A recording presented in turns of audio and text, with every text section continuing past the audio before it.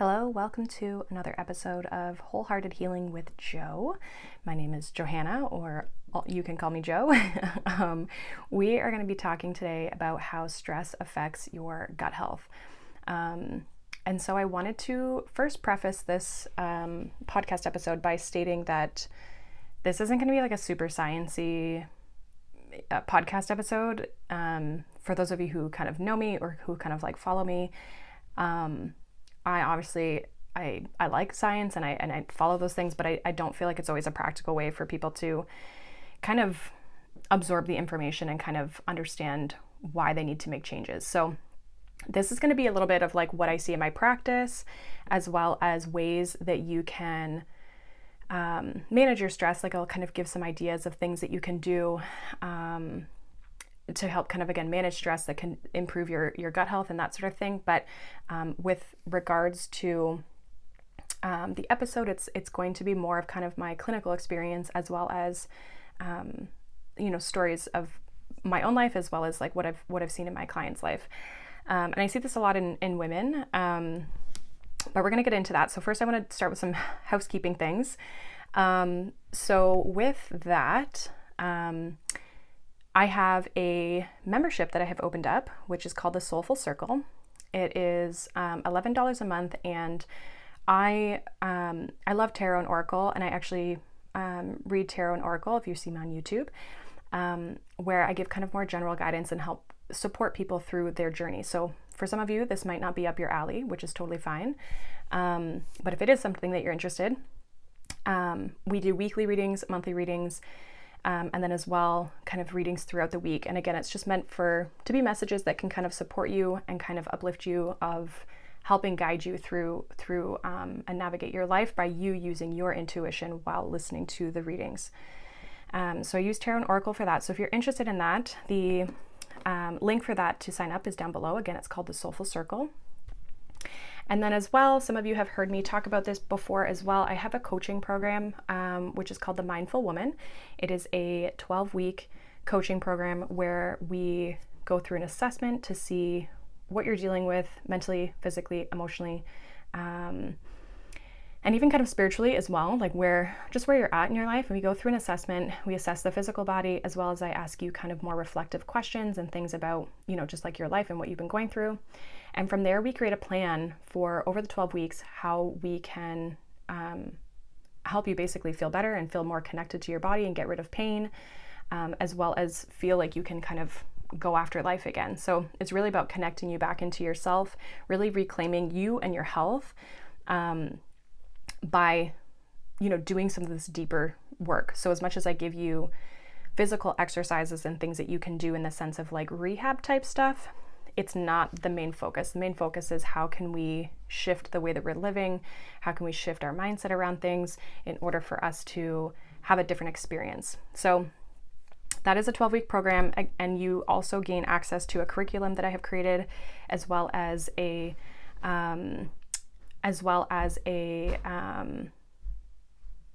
weekly calls. Sorry, my mind just went totally blank. Weekly calls when it comes to group calls. So to answer questions and go through things that, maybe is coming up for, kind of collectively throughout the small group that we have. But then you also have one-on-one chat with me Monday to Friday, kind of during like office hours. And that is basically obviously to give you more support throughout your week, but as well, it also gives you the ability to maybe ask me questions that you want kind of more on like a one-on-one versus like in the group setting. So it kind of gives a little bit of that privacy piece that maybe if you don't feel like sharing with the rest of the group, you can still share with me. So that is a Mindful Woman. There are spots currently still available. It is a small group, so I don't take on very many people.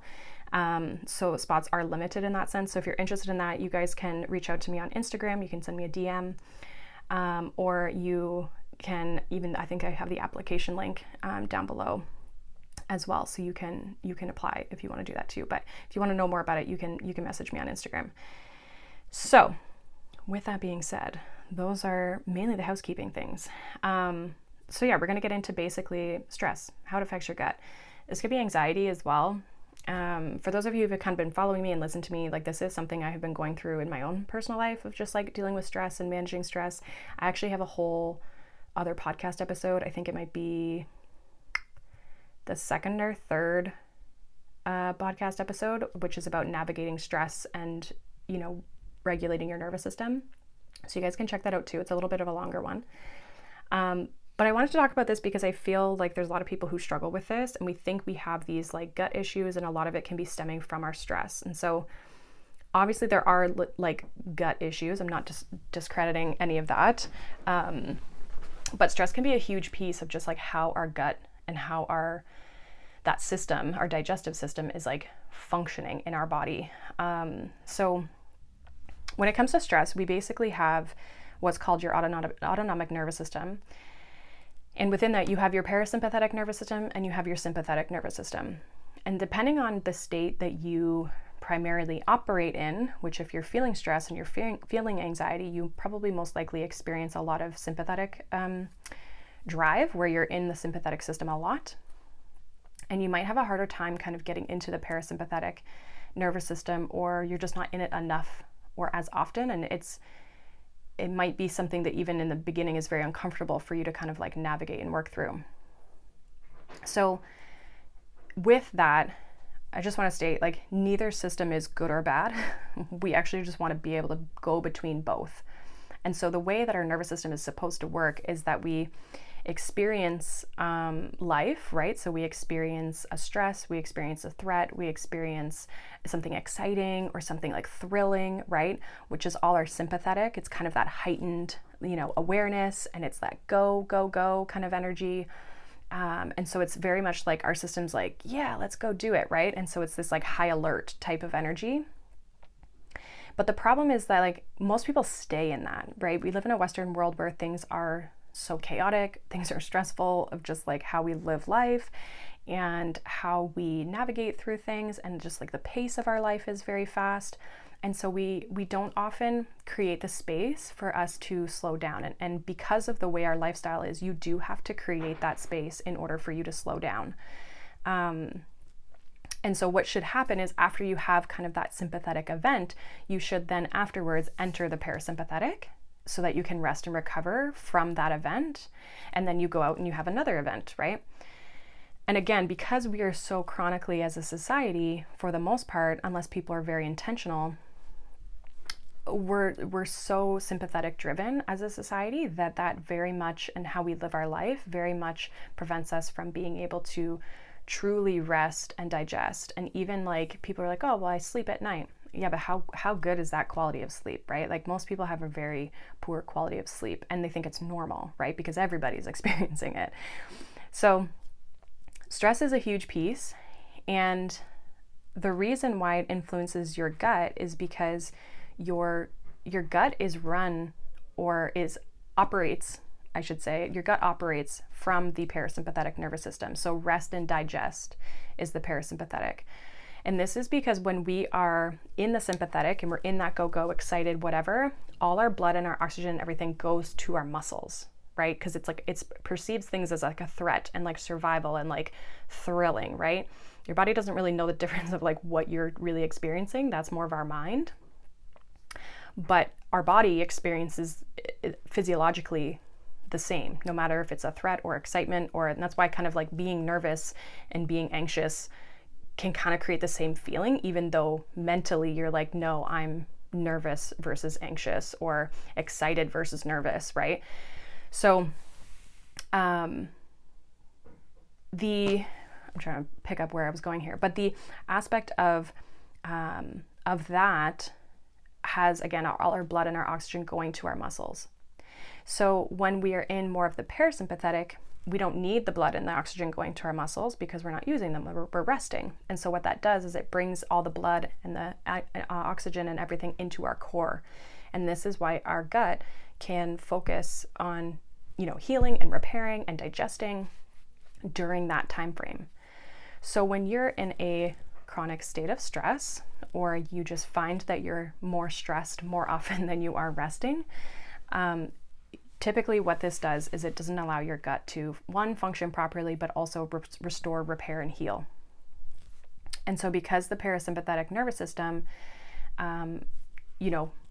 governs that function of the gut, we have to be able to tap into this system to be able to to experience the healthy side of the way our gut should function.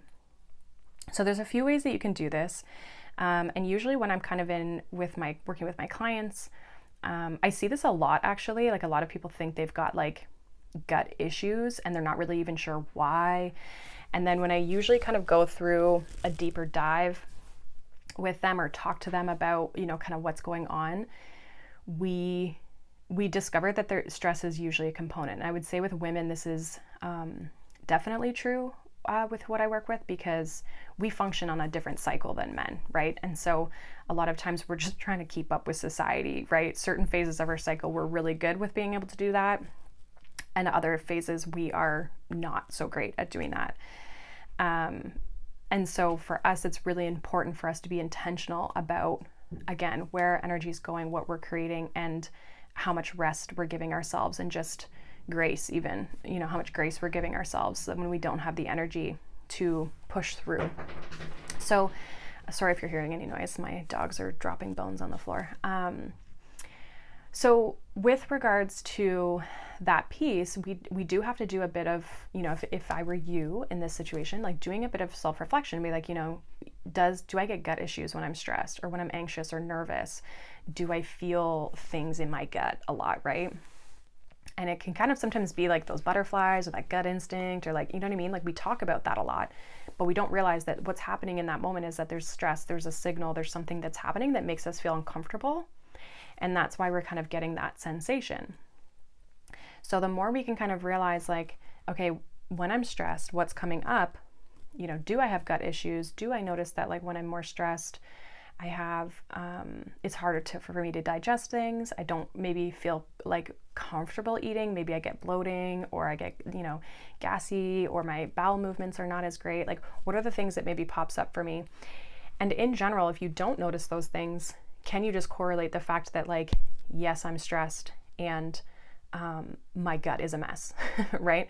Because even if you do have a gut condition of something that's like specifically going on, like let's say you're seeing someone for, you still need to make sure that your stress is regulated and that you're balancing things out. You're coming into that parasympathetic to give yourself time to rest and digest, so that you can actually repair your gut and you can heal your gut. So regardless of which way it's going, right? Whether it's your gut is affecting your health or in your stress, or your stress is affecting your gut, they play on each other. They go back and forth, and it can be a bit of this like vicious cycle.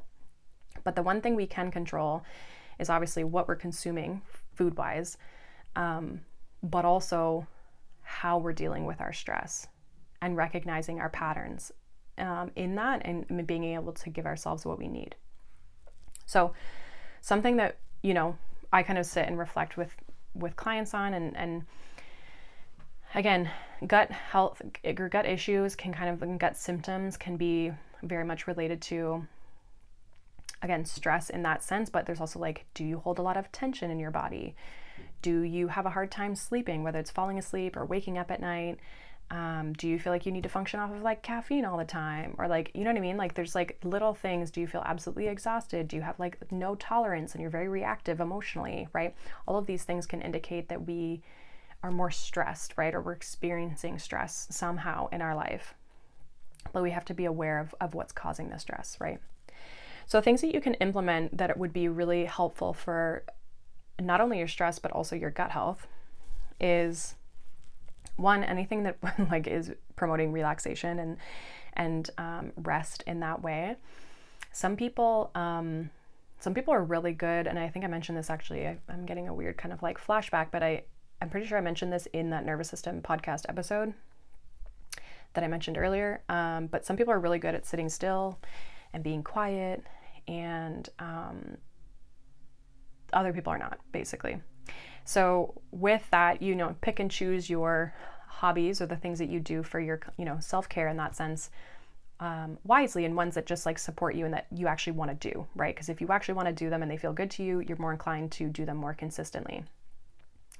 So I'm a person who I enjoy, like I love being by myself, and I love like being quiet and reading books and like, being in my own little world kind of thing. Which is great because I can obviously incorporate a lot of practices that way.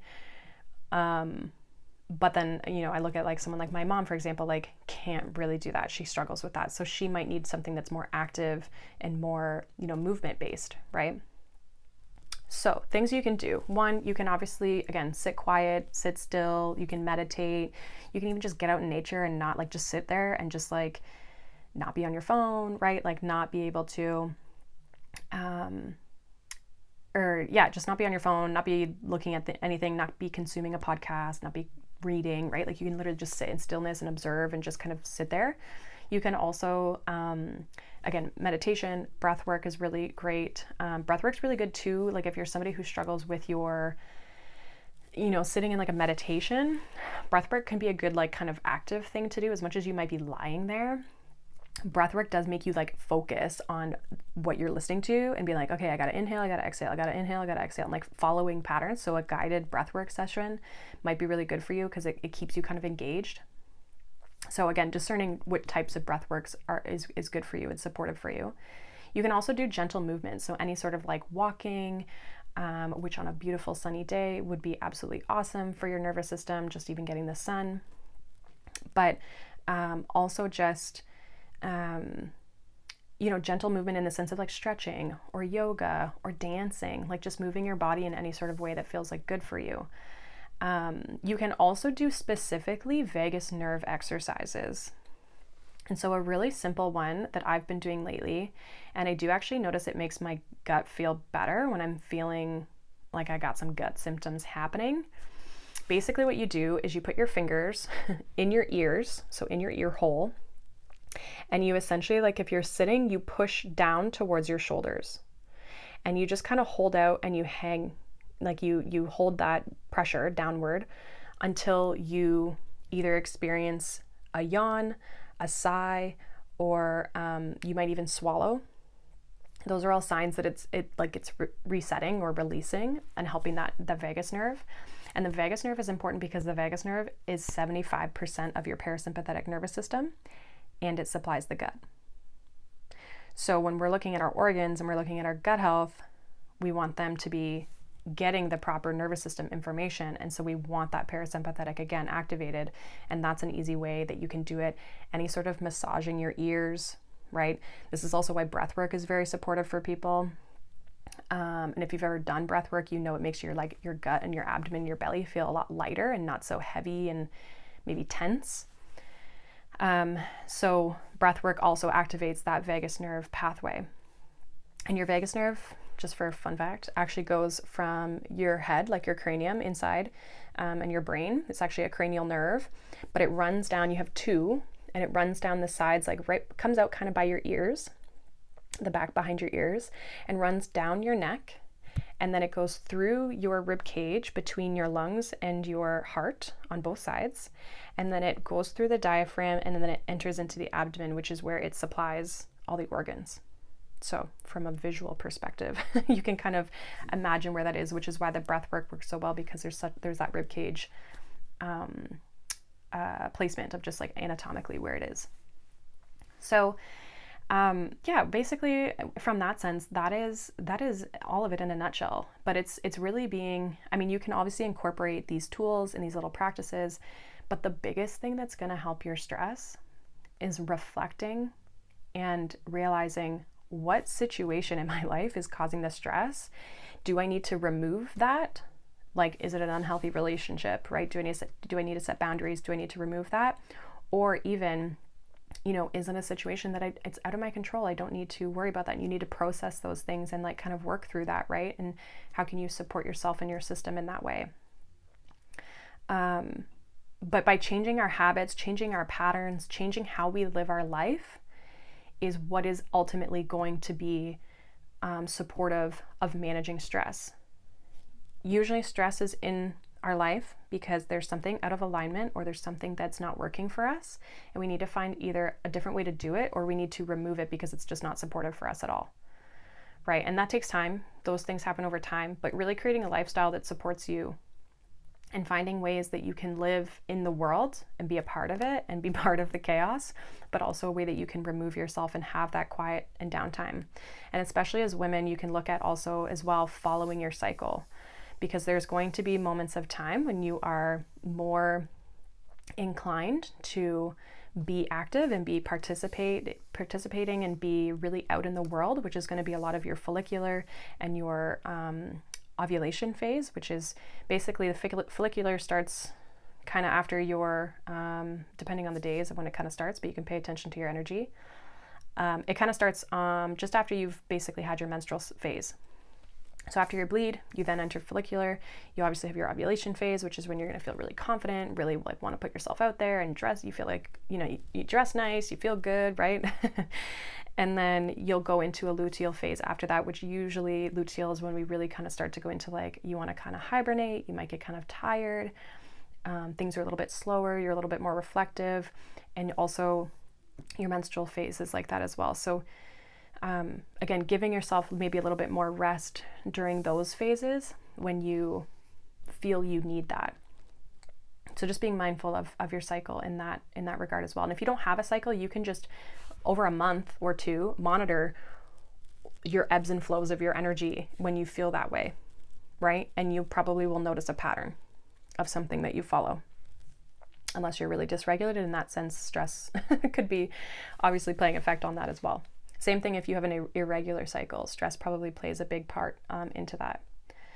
And then obviously too, from a something you can do is just nourishing your body through liquids and food that are supportive for your system, to decrease the amount of stress, on your gut. So even if it's like a healthy thing that you're eating, but if it irritates your gut, right? If it just doesn't ever sit well with you, you don't need to put yourself through more gut stress in that moment, right?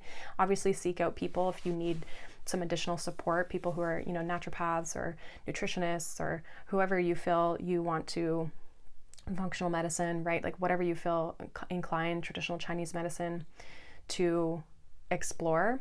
But those are some basic ways that on your own, like all of us can probably stay away from like, less sugar, less processed foods, maybe less caffeine, less alcohol, right? If we just kind of like minimize some of the things that we're already doing, you'll notice a big change in how you feel. But they do go and play off each other, stress and the gut.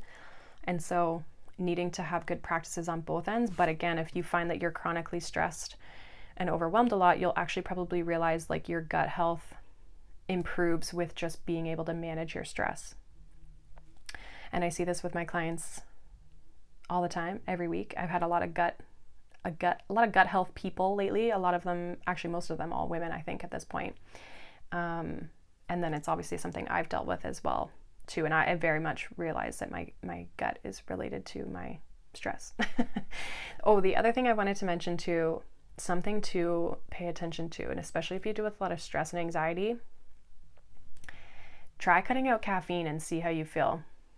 And just, cut out for a week and just see how you feel. Does your gut improve? I know mine definitely did. So that's kind of where that's coming from. And I have had other clients who have also cut it out and they feel way better.